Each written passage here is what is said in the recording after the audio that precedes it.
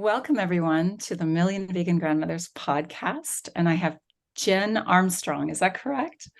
I know you as Queen V. So when you first sent me back an email and signed it Jen, I was like, that's neat to actually know your name, but you're referred to as Queen V. And when my partner first heard that, when he listened to the waggle dance, the waggle or the waggle? Yes, the waggle dance. And actually, by the way, our last convergence, we played that as an opportunity to get up and shake things out a bit when we were doing a lot of presentations. So thank you for that. And thank you for the waggle dance. I'm going to ask Mac, our beautiful manager for our podcasts and for our Million Vegan Grandmothers work, if he can start this or put it in somewhere in this interview, because I think it's really great for people to do the waggle dance and talk about the disappearing pollinators and all the other great things you do. So welcome, Jen. Welcome, Queen V. Tell us how you came up with the name Queen V. It's very, very neat. Queen V, V for vegan. And to be honest, I don't really know where it came from, but it seemed to have a nice ring to it. The name is actually Vegan Queen V now, as there is a Queen V in New York, I think she's based, who already had that name. So she basically, I had to change it, otherwise my music wouldn't be able to be played, on the same platforms as hers. So it's Vegan Queen V now. But yeah, people call me Queen V or Vegan V. There's just different alterations of the name. But yeah, V is just for vegan. Although I've realized now potentially it stands for 5. The Roman numerals. So it could be that I'm the 5th Queen V vegan that ever existed. I'm going with it. I love it. So how long have you been vegan, and how has the arts and the ability to sing about it, dance about it, do your incredible music videos? I mean, you're very talented and expressive. You're very expressive in your art of veganism. So how did this come about? How long have you been vegan? How does expressing the art of veganism, how does this support you to be able to stay in this realm of creativity instead of, getting a little bit too heavy that takes us out of the creative force? And that was a lot of questions all at once. No, it's great. They all totally go together. And it is true, the truth of how animals are treated is so horrific that it is very easy to get bogged down, isn't it? And to get very low and depressed and unable to really see, the light in the world. But I've realized that actually writing songs has been super therapeutic for me. Writing the songs for the animals or about the animals. I didn't realize that at the time when I started writing. I went vegan about 7 years ago. I moved to London, and I was vegetarian at the time, and I started working at this music venue in London, and there were a couple of vegans there who became my friends, and they were sort of prodding me, why aren't you vegan? You're just vegetarian. And it's the classic story. I was like, why would I be vegan? I'm vegetarian. I'm doing my bit for the animals. And then they showed me the documentaries, Cowspiracy and Earthlings and Box Over Knives. And yeah, I went vegan pretty fast after that. It was a big shock. And the songs started very shortly after that. As I say, I was just, as we all are, shocked by what I was seeing, and the music and writing the songs really was my outlet for this craziness that I was experiencing. And on top of actually seeing the truth of how things are, you have your friends and your family who you rush to with this information that you just found out, and most of them just turn around and say, you're crazy, or they don't care, or all the excuses that come out.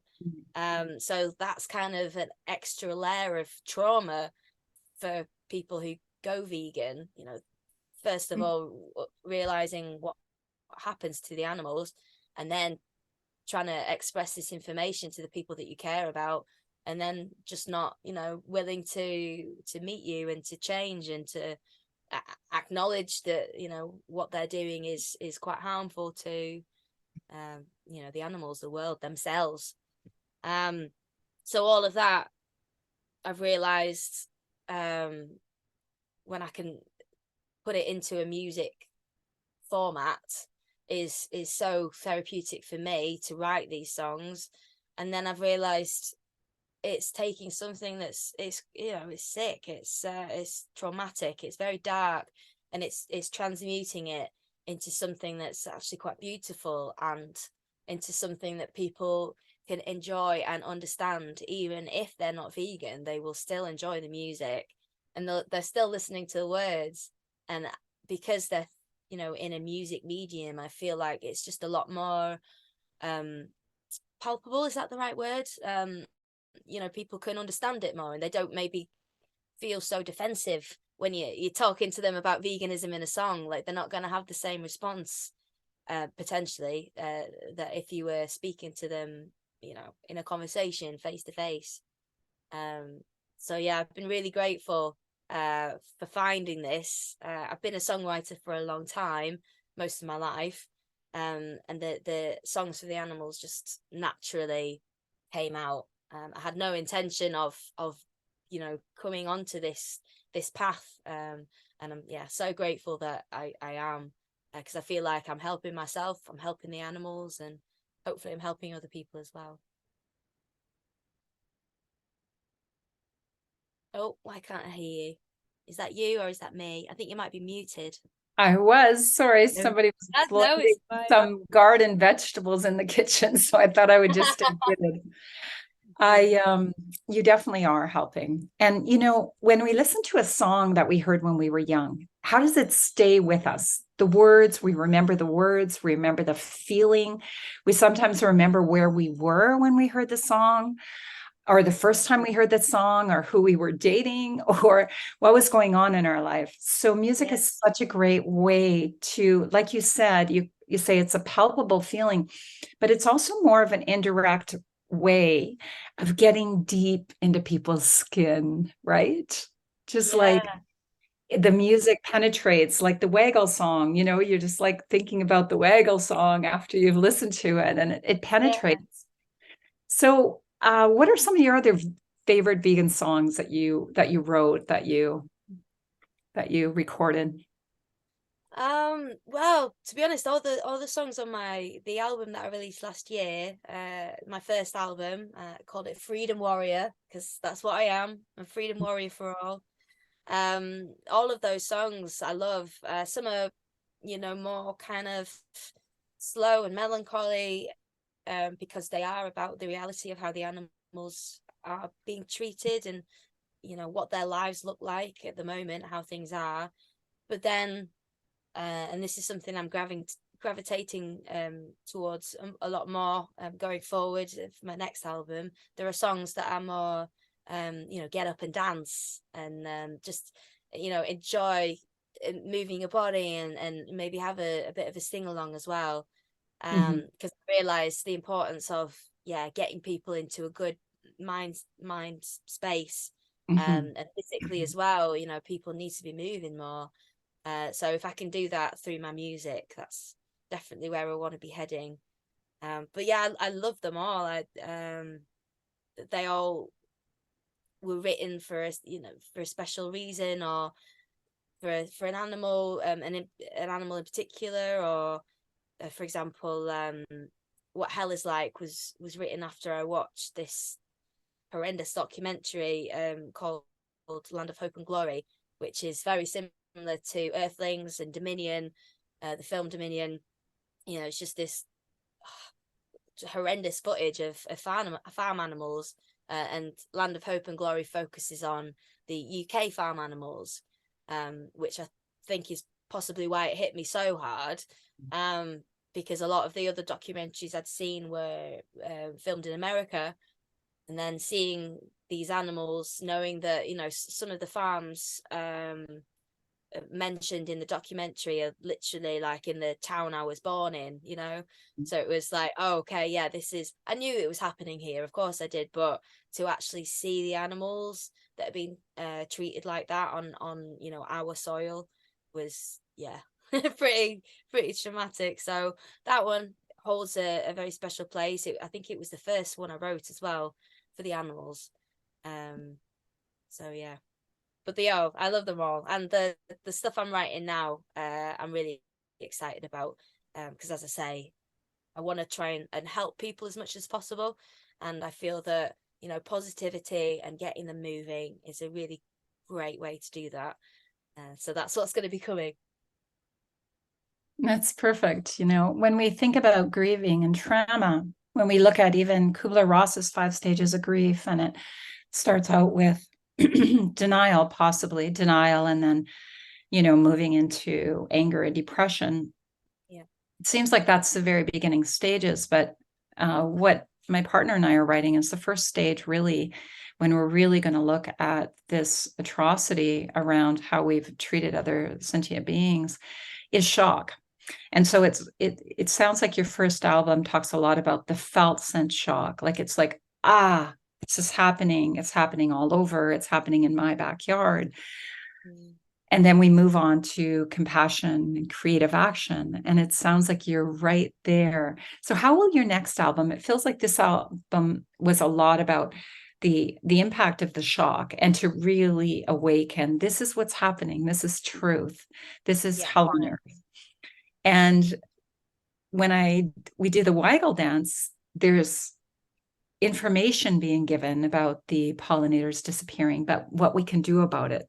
So do you see some of your new music being that creative action about how we are resilient and we all have this capacity to live truth, and maybe speak about the possibilities of the future of once we're all, once our eyes open, our hearts open? Yeah, it is about talking about the future, definitely. And, because I see how things should be, community, as you say, compassion and helping each other, and seeing the animals as our friends and our family rather than food, because that's just, it's insane.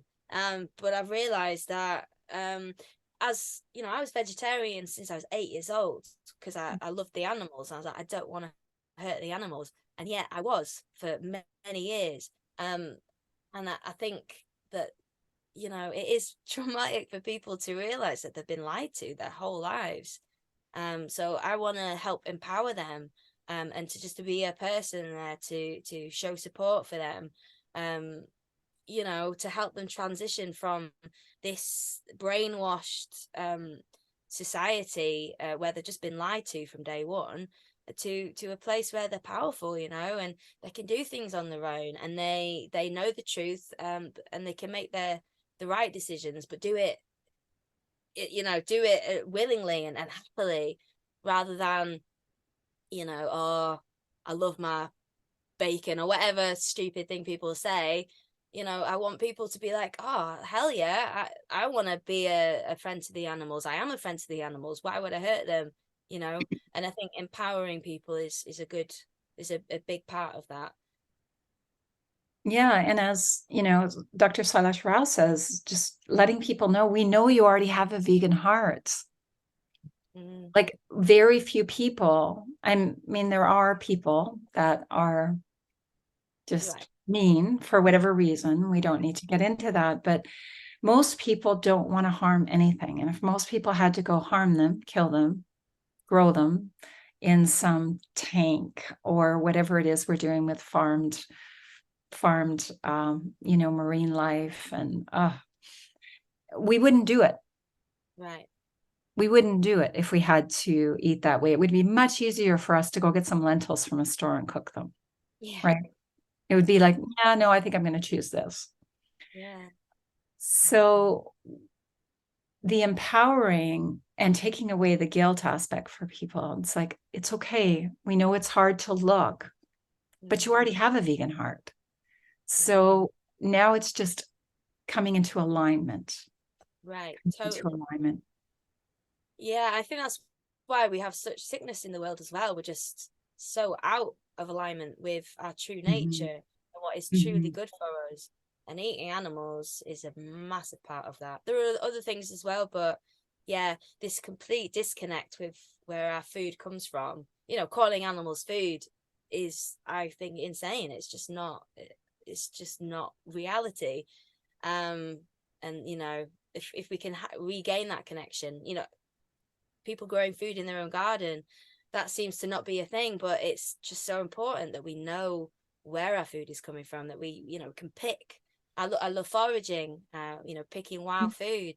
You can't beat it, and it's just such a magical thing. And my body and my brain knows this is food, this is where it's coming from. I physically picked it myself, and it's so fresh. You eat it and it's still got the life force in it.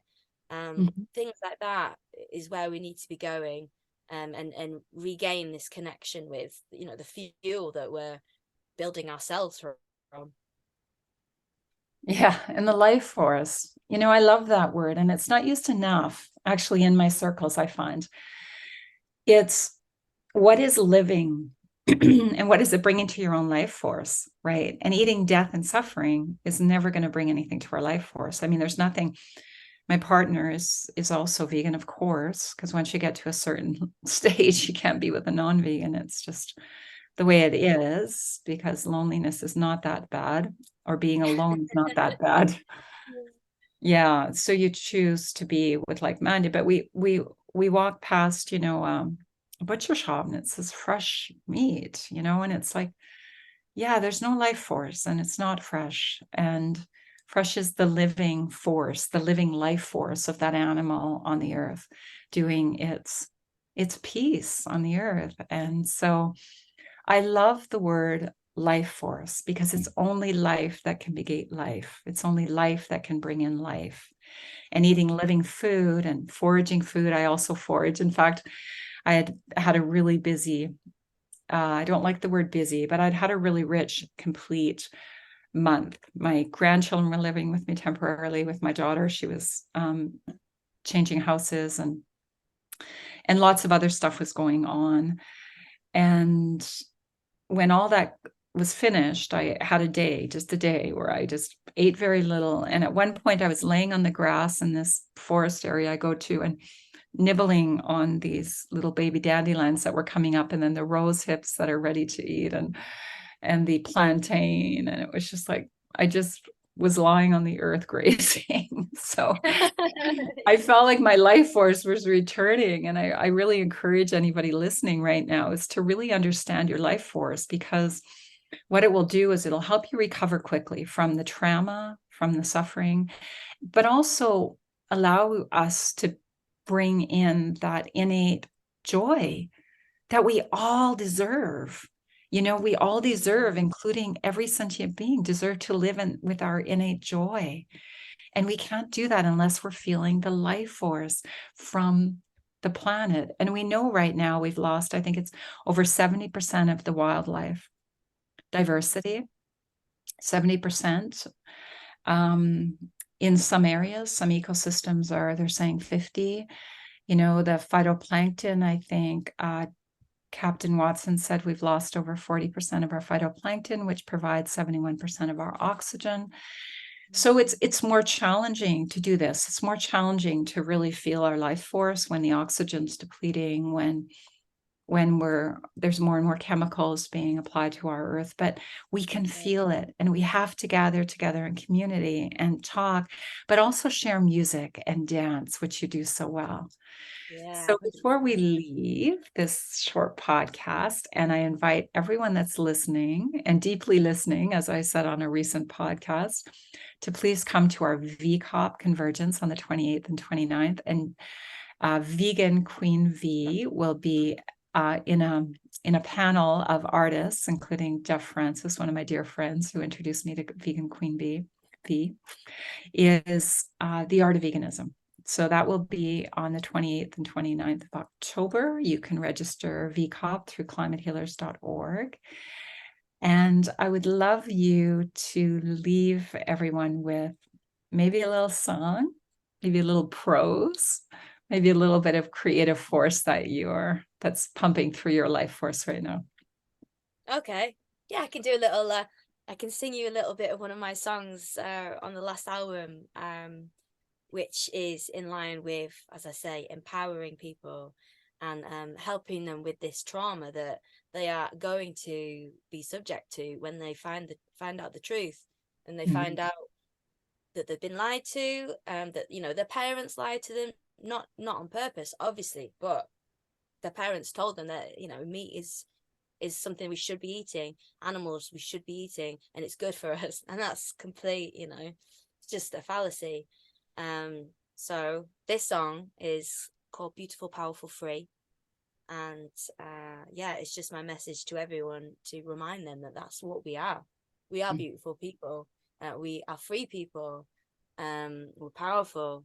If that's what we choose to be, that is our birthright, and that is what we are. So here we go. You are beautiful. You are powerful.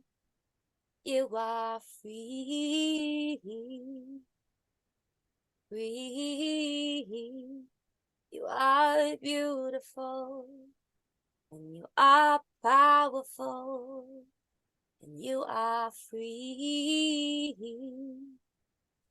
Free. Oh. There you go. A little snippet. Beautiful. How's your album doing? Your first release?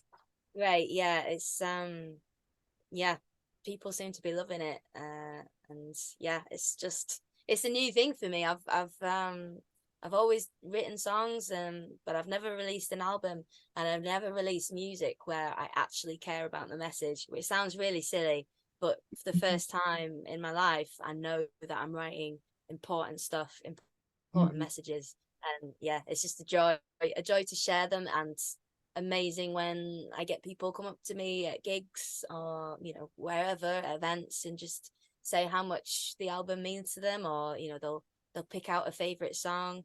For example, I played a fan's birthday party just this Saturday, just past, and he played that song Beautiful, Powerful, Free at his daughter's wedding last year.